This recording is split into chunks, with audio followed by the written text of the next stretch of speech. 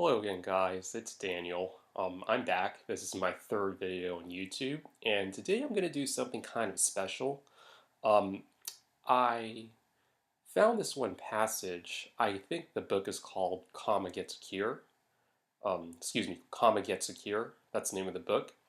And there's this passage in the book that linguists like to use to, linguists have people read this passage so they can study their dialect, their pronunciation, the way they say words and phrases, etc.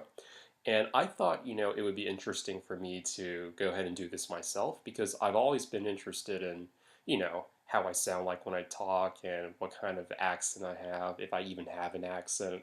Um, I live in Jacksonville, Florida, but I guess I don't really talk like a stereotypical Jacksonville resident.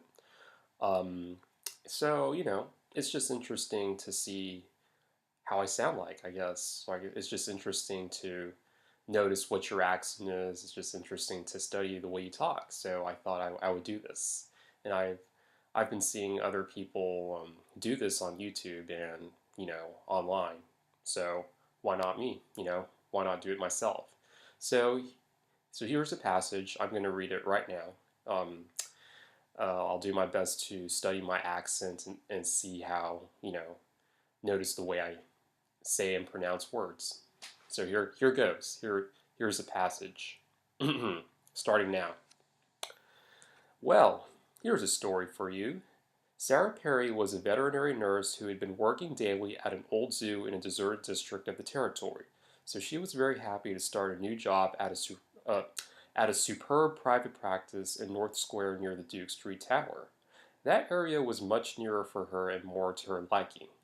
Even so, on her first morning, she felt stressed. She ate a bowl of porridge, checked herself in the mirror, and washed her face in a hurry. Then she put on a plain yellow dress and a fleece jacket, picked up her kit, and headed for work.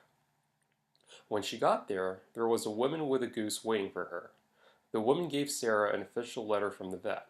The letter implied that the animal could be suffering from a rare form of foot and mouth disease, which was surprising because normally you would only expect to see it in a dog or a goat. Sarah was sentimental, so this made her feel sorry for the beautiful bird. Before long, that itchy goose began to strut around the office like a lunatic, which made an unsanitary mess. The goose's owner, Mary Harrison, kept calling, "Comma, comma," which Sarah thought was an odd choice for a name. Comma was strong and huge, so it would take some force to trap her, but Sarah had a different idea. First, she tried gently stroking the goose's lower back with her paw, then then singing a tune to her. Finally, she administered ether. Her efforts were not futile. In no time, the goose began to tire, so Sarah was able to hold onto Kama and give her a relaxing bath. Once Sarah had managed to bathe the goose, she wiped her off with a cloth and laid her on her right side. Then Sarah confirmed the vet's diagnosis. Almost immediately, she remembered an effective treatment that required her to measure out a lot of medicine. Sarah warned that this course of treatment might be expensive, either five or six times either 5 or 6 times the cost of penicillin. I can't imagine paying so much, but Mrs. Harrison, a millionaire lawyer, thought it was a fair price for a cure. So that, ladies and gentlemen, is the passage. I just read the entire thing. I did my best to just talk naturally and to not worry about, not think about it. I just tried to let the words naturally come out of my mouth. So hopefully that is a pretty good representation of the way I normally speak. Um, if you can't really hear it, I tried not to talk too loud because my window is open. But if you can't hear it, obviously just turn up the volume. Uh, Hopefully there's like some other passages out there that I can read too, that other people like me can read, but that's the only one I know so far. Um, yeah, I guess that's it for now. I guess I'll just go back and replay this so I can study the way I talk. Um, if you guys are interested in what I just did, just Google "comma gets a cure." Again, that's the name of the passage, and go to either the first or second website you find on Google. You should see the passage right there, the entire passage.